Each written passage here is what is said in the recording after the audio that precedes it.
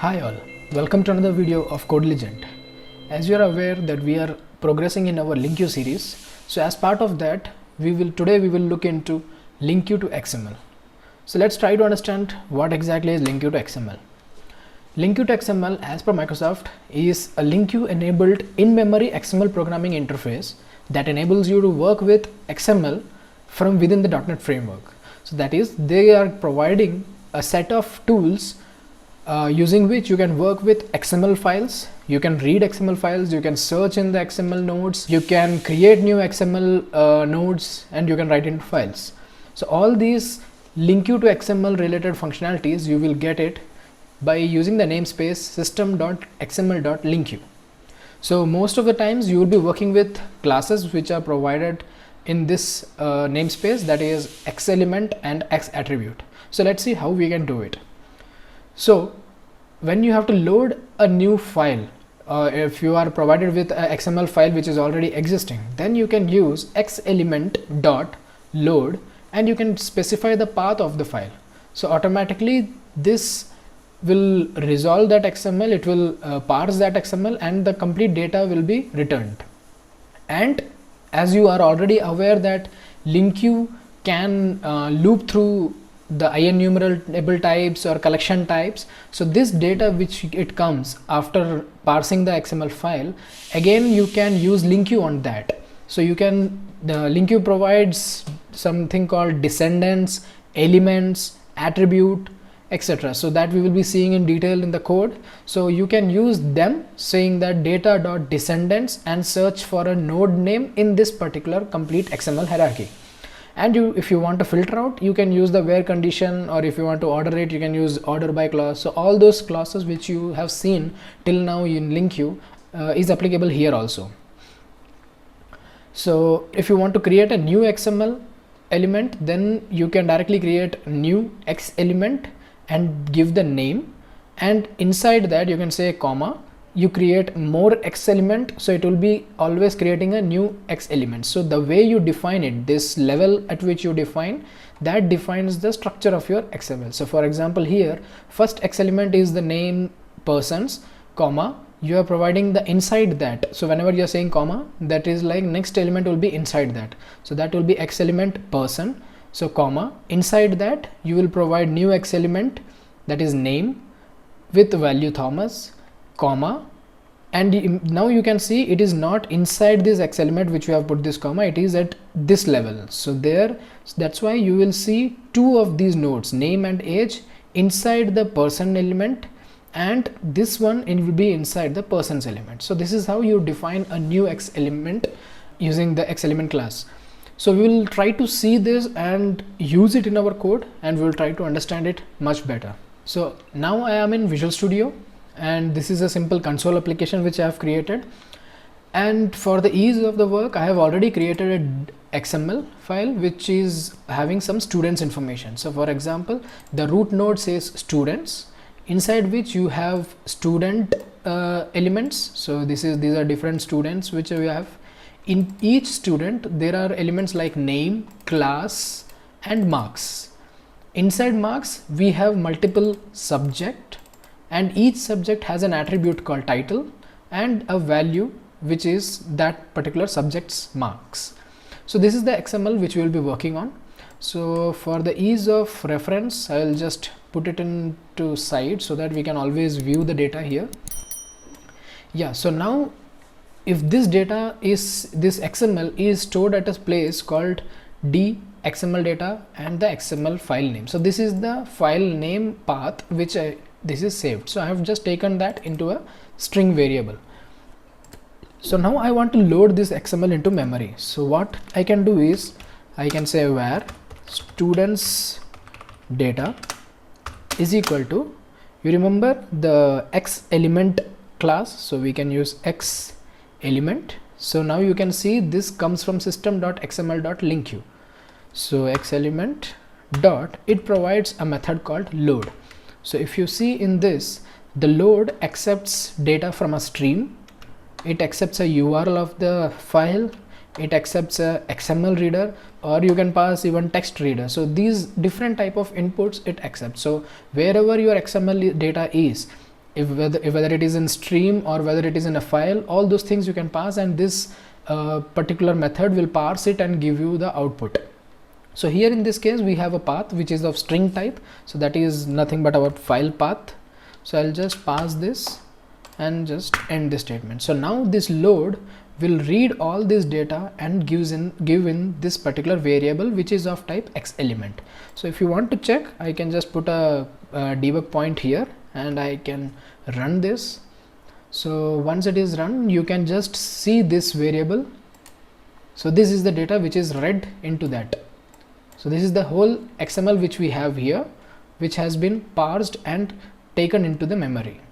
So now once this data is available, now you can do lot of LINQ operations on this, and you can filter out the data, order the data, group the data, whatever concepts we have learned till now in LINQ, you can apply on this.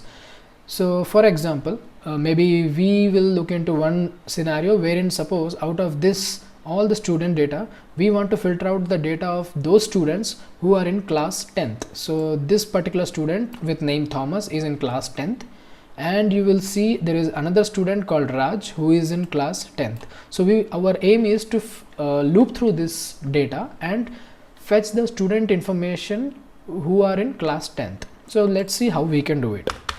So I'll say var data, some variable which I have declared.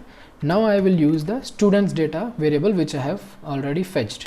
So I'll say students data dot, yeah, so I will be using the method based syntax here. So the same can be used using your query based syntax. So whichever you are comfortable with, you can use it. So I feel comfortable in this scenario to use the method based, so I'm going ahead with method based.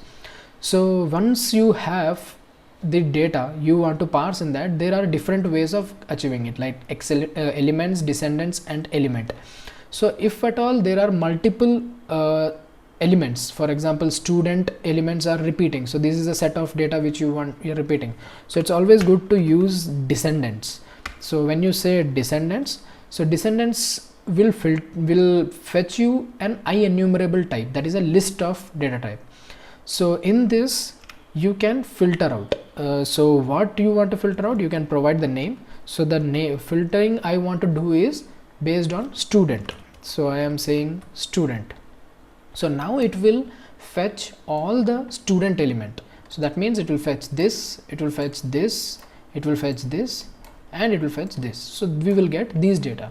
Now since it is again a list, on top of that we can apply a lot of LINQ operations. So I want to filter out. So for filtering, if you remember, there is a where method which exists. So I'll say dot where. So now in this where I have to give the condition. If you remember how we write conditions in the where clause and other clauses in method based syntax, it is using lambda expressions. So I will say st, some variable, so to represent every student data which we are having, lambda operator. So now here I can say student, that is each student. So now it will return me every student's data. In that data what I want to fetch, so I want to fetch the element named class. So I will say element, and I can say which element I want. I want class element. So now when I loop through this and I say dot element of class, it will give me this particular data, and it will loop every student information and it will keep on fetching this particular data. So now what I want to see here is this class data, that is the value, is equal to 10. So one property which X element provides, so if you see this element provides type X element. So if you go to the X element information, so that is X element class, here if you scroll down, you can see there are a lot of operator overridden here. So that is nothing but you have a direct explicit conversion for bool, for string, for decimal, for int, for long, float, date, time span, etc. So all these type of data, these are data types, can be directly typecasted. So you need not do anything, you can directly convert this into int when you know that the class data will be of type int. Now I can compare it with whatever value I want. Else if you don't want to do this, then there is one more option, like you can fetch the value. There is a value property in each element. So when you say that element dot value, you will get this, but again this value will be always in type of string. So if you want, you can do again int dot parse of this string and get the integer output of that. Instead you can directly use this typecast which this LINQ to XML provides you. So now when you say this, now you are done with your filtering. So now in this data you will have only the records of those students which have the class elements value is equal to 10. You want to verify this, just press F5 and let's see the data.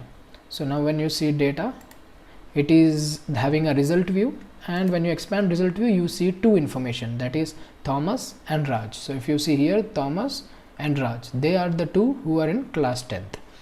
So now you have an I enumerable of X element. So now let's try to print the data. So for which I will use a for each and maybe item, or I will say instead of item I will say student and in data. So now I am looping in through all these students. So now what I want to print, first I want to print the name, and then maybe I want to print the subject and marks. So how will I do that? So first, name is at the in student level itself, so I can directly say console.writeLine, and here I will say, or maybe instead of name I can directly print the name. So that is like the student dot, now this student gives you this particular one information, so I want to fetch the name element under that. So I can say dot element of, inside the element I can give the name, that is name element. So I want to fetch this particular information. So when I do that, it will give me the name. Now next you want to fetch this information. So now it is again a kind of a collection. So for that, what you have to do first is where I will say marks. So now I have to fetch a list of data. So again what I have to do is I will say student dot descendants. So now descendants will give me the list of elements. So which descendants I want subject. So now here we were fetching one element, that is like only one class, whereas here we want multiple, so that's why we are using descendants. So now in this I can do a for each again. So here it will be maybe I'll write item itself, and here it is marks. So these variable names you can give whatever you want. So I'll print again here console.writeLine, and some space I will leave so that I can get it under the name, so that is printed in that form. So first I will print the subject name. So again here if you notice, you will be getting each item, that means you will be getting one subject. So in this subject, what all things you want to print? First is you want to print the attribute, that is the title, and then the value. So how you will fetch the attribute? So now you have this element, subject element. So now what you will do is item dot, you want to fetch the attribute under that element. So you can say attribute, which attribute? So you should provide the name of the attribute. So name of the attribute is nothing but title, and I'll put a colon, and then I will again say item dot value. So this value, this particular item anyhow I am having, so that item's value I am taking and I am printing. So when you run this, so now you can see it is getting printed here. Yeah, so now, but one difference you will see here, it is title equal to math. So that means it is fetching the whole attribute itself. So it is trying to print the whole attribute. So if you don't want that, then you can just say print only my value. So in that case it will print only the value of that attribute. So now you can see that's the data. Here also the same thing is happening. I think it is fetching the whole name element. So instead of that we can say dot value. So now you will get the correct data. So this is how you work with looping through this data. So here, instead of where this simple condition, you can put more complex conditions and all. So maybe like we can see one more scenario wherein I will change this data now, like maybe I can remove this as of now. So now imagine another scenario wherein you want to fetch the information of only those students who are having marks of maths subject more than 85. So this is a complex scenario, so wherein you have to loop through every student and fetch subjects, and out of this subject you should fetch only maths subject and check the value of that marks whether it is greater than 85. So in such scenarios, how you will write the logic? So we have already the descendants student, so each student we have, in that we will do a where condition. So I'll say student, and since my logic is little complex, I cannot write it in one statement, I want multiple statements, so I will start a parenthesis. So if you know about these lambda expressions, when you can write in one single statement and it returns a boolean, then you can write it directly. If not, if you want to write multiple lines of code to resolve the logic, then you can start a parenthesis and you can write how you write normally a method body, but ultimately that particular body should return a bool output. So now here I will write my logic. So first work will be, I want to fetch my subjects. So for that I will say where subjects is equal to, now I have st, that is student element, dot element, which element I want to first fetch, that is marks. So I will fetch the marks, and under marks I want to fetch all the elements named subjects, so that again we will use descendants since there are multiple entries. So which descendants we want? This subject. So with this we will fetch all the subject elements. So again this is an enumerable with all these subjects. So now on top of this, I can still write this in one line, but I'm just breaking into multiple so that the logic is clear. Now I want to fetch only the maths subject. So what I'll do is, in this subject, that is subjects dot, I want to fetch only one, since we know in each set of subjects in every student there will be only one element with the attribute maths. So I'll say first or default, that is fetch me the first element which is having so and so condition. So the condition will be, again here it will be like, maybe I can write sub, I will define subject variable as sub, and sub dot, so now subject we have to find the attribute, so that is nothing but attribute. So which attribute we want? We want the title attribute, and this title attribute we want to convert into string. So if we convert into string, we can compare it with maths. So now this will fetch me, it will loop through these subjects and it will look in each subject the attribute title and will try to match with the string maths. So whichever matches, the first occurrence of that will be returned. So this I can take it into another variable, maybe like where maths subject equal to. So now I have the maths subject also. Now what I want to compare in this logic is whether my maths subject's value is greater than 85. So again that yes or no, that true or false should be returned for my this particular where condition, because this expects a boolean.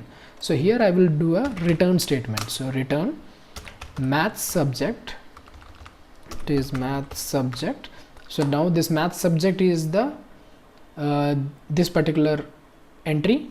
So since we know that dot value will give you a string, instead I will convert this particular x element itself into int and I will compare it with greater than 85. So now this logic will be correct. So now I will repeat this logic once again for your understanding. Like, we have the students data, that is all these information, in which we are fetching descendants of student. That means one by one fetch me this information. In each one we are having a where clause, so that is we are having a filtering mechanism. So now when we say where of some variable, this variable will loop means this where will loop in this data, and in this variable it will fetch me one by one student information. So first this one will come into st, then this one will come into st, then this one will come to st, and so on.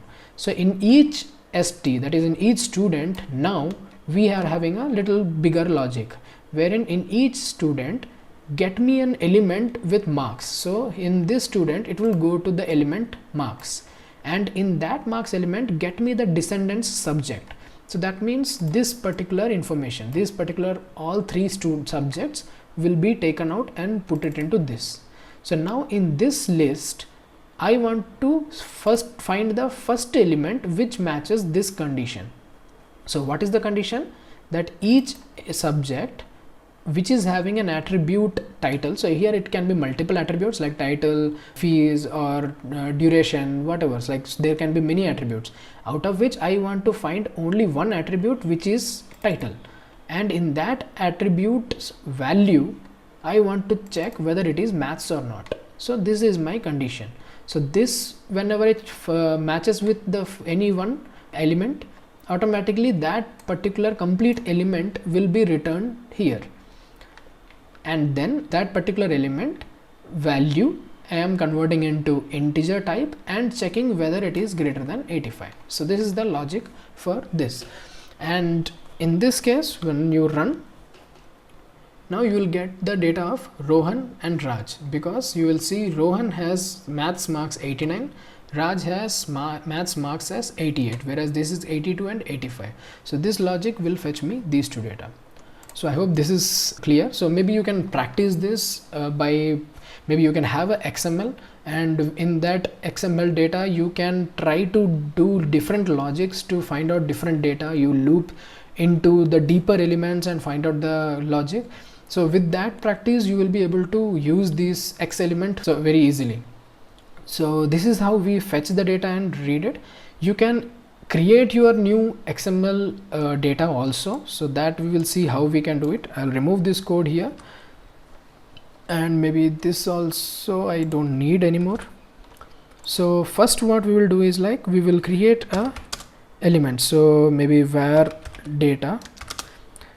So we have to create an XML data, so that we can create by saying new X element. So now X element expects first as name, or you can pass multiple internal elements. So first we will pass a name. So like how I showed in the slide, I can create persons. So this will be my root node. So like how we have students node here, like that, this will be my first node. So if you put comma, that means whatever you give next will be under this particular node. So under this element, now you are telling what are your child elements. So this child element I will tab here so that it will be nicely arranged. It will be again another new X element. In this X element, now I want individual person data, so I can say person, and now under person I want multiple tags. So now again I can put comma, so again it will be inside the person element, and here I will create new X element. Now this X element will be like, for example, person name, but this name will not have inside any child element, whereas it should have a value. So instead of creating comma X new X element, I can directly put the value here. So now maybe the value will be Raj, and at this level itself I want another node, so I can put comma, I can say new X element, and again here I can put another element, so age, comma, maybe value is like 32. So now you will see this X element starts from here and ends here, and it has three parameters. First one, this is the second one, and this is the third one. So this will be the parent, and these two will be child under that. But since these are at the same level in the same constructor, so these two will be at the same level, like how we have these at the same level.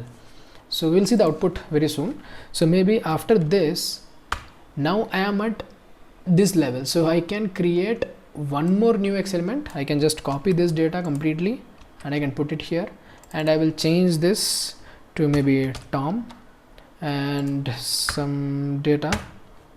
I'll remove this comma and I can close this. So now you can see the root is persons, under which there are two person elements, under which we have two more elements, one is name, one is age. So this is the element structure which we have created. And if you want to write it into an XML file, you can just use any file operation. Like if you are aware of file, this comes from system.io.file. So this will have file.write all text, which takes two parameters, one is string path and one is string content. So path, I will give this same path, so not the same path, I will take the same folder and I will say my data, so some XML file, and comma this data. So data is coming from here, so that we will say data dot toString. So if you see this data is of type X element, you can just say toString, so it will convert into the complete string. And the moment you run this, it will show you the XML data folder. So this is the folder where we don't have any file called my data, and I'll just run this. So the execution is done, and if you go to that folder, you will see my data is available. So I'll just drag it here to see the content. Now you can see here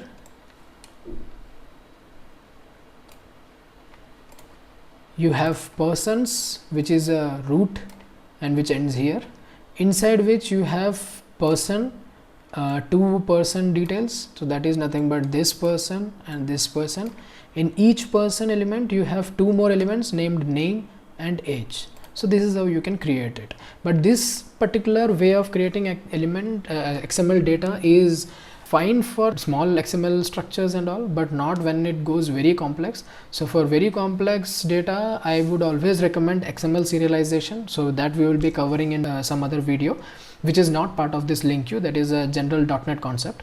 So for writing any small XML data and all, if you want to create on the fly on very quick in XML data, so that you can use this X element way. So I hope this was useful. So now you know how using LINQ to XML, how you can read XML data and how you can create XML data. So if you like our content, please do subscribe our channel and do like our videos. If you have any feedback or any queries, do put in the comments below the video, and don't forget to hit bell icon so that you are notified for the future videos. Thank you.